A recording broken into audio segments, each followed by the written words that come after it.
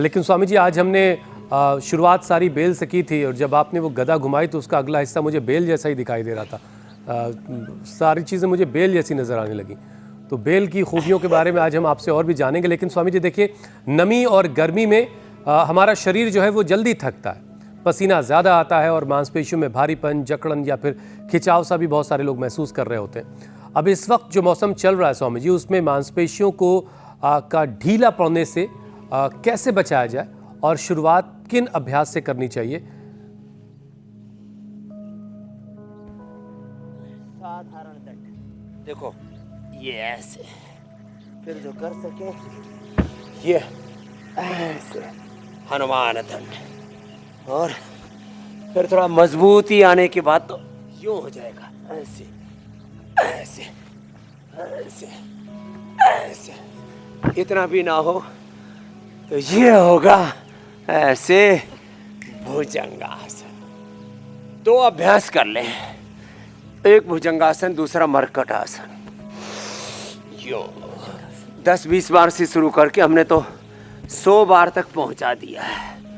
अब ये 100 साल तक सबको हमें जिंदा रखना है और 100 साल तक सबको जवान रखना है, जिंदा ही नहीं रखना है, ऊर्जावान रखना है, प्रोडक्टिव रखना है, इनोवेटिव रखना है, सृजनात्मकता के साथ, उत्पादकता के साथ, पूरी सकारात्मकता, रचना धर्मिता, दिव्यता के साथ, देवत्व के साथ, रामत्व, कृष्णत्व, हनुमत तत्व, शिवत्व के साथ जिंदगी को जीना है।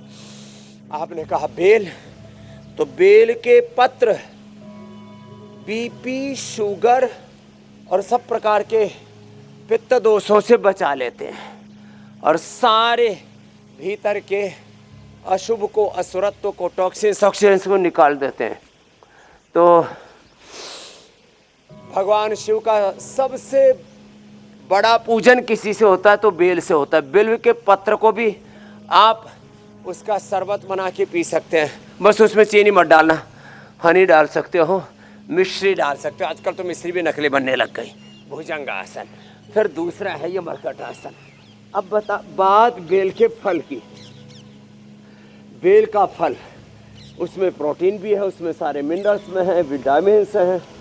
यदि कोई व्यक्ति जिंदगी भर बिना अन्न के जीना चाहता है, बेल का पत्र का पीस करके उसका जूस और बेल का प्रयोग, बेल आंतों के लिए, डाइजेशन के लिए, ताकत के लिए, सारे मिनरल, सारे विटामिन, सारे न्यूट्रिएंट्स के लिए। अब बेल को कैसे खाएं? अब आजकल तो बेल, मैं उस दिन जो है बड़ौदा गया तो मैंने गुजरात में देखी, इतनी मीठी बेल खिलाई हमारे लक्ष्मण भाई गुरवाणी जी ने, आहा। और वो बेल में फिर यहाँ भी लाया, अब तक खा रहे थे।